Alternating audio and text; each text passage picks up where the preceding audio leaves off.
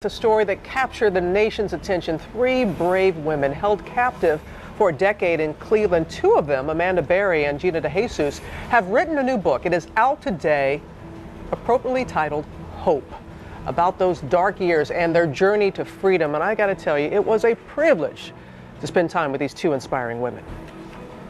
On May 6, 2013, the gritty heartland city of Cleveland witnesses a miracle. Help me, I'm Amanda Berry. I've been kidnapped and I've been missing for 10 years and I'm here, I'm free now.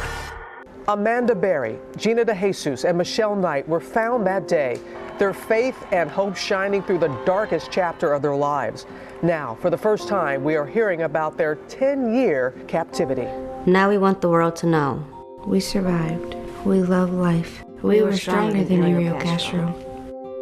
Amanda takes us back to the spot where she was kidnapped. One ride can change your whole life.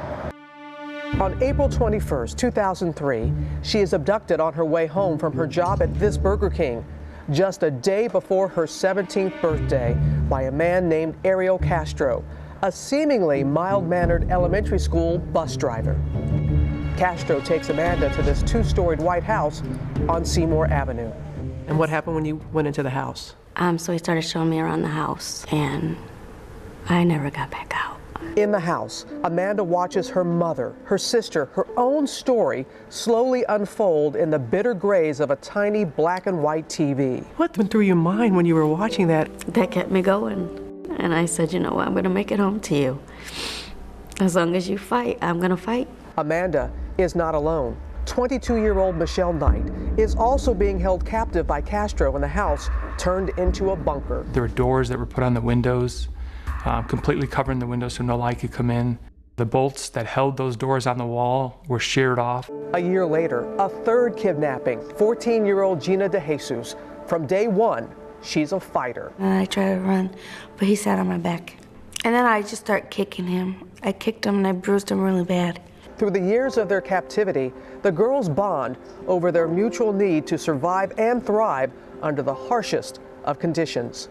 Nothing brings them closer together than when Amanda gives birth to a baby girl she names Jocelyn. What was it like for you, Amanda, when you looked in her eyes for the first time? It was amazing because she was so quiet and she was just the most beautiful thing. Amanda does all she can to create a normal life for her daughter. When Jocelyn turns 5, Amanda makes an imaginary schoolhouse inside the prison of their tiny room. We would pretend, leave our house, all of this in the same room, of course. So you've been doing all this in the same room? Yeah. I would tell her, okay, we're at a street now, so you gotta stop. Then you look both ways for cars, and then we can go across the street. Okay, we're at school now, and then I'd sit her at her little desk and tell her, well, you have a good day at school now, Mommy will be back later for you. They would travel together on that imaginary journey every day of Jocelyn's kindergarten year.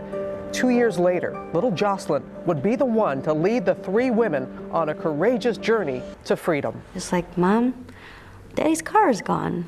My heart immediately started pounding because I'm like, should I chance it? If I'm gonna do it, I need to do it now. Share with us your emotions when you first realized it's over. I made it. This is it. I think we're free now. Wow. You know, guys, we've all sat down with lots of different people.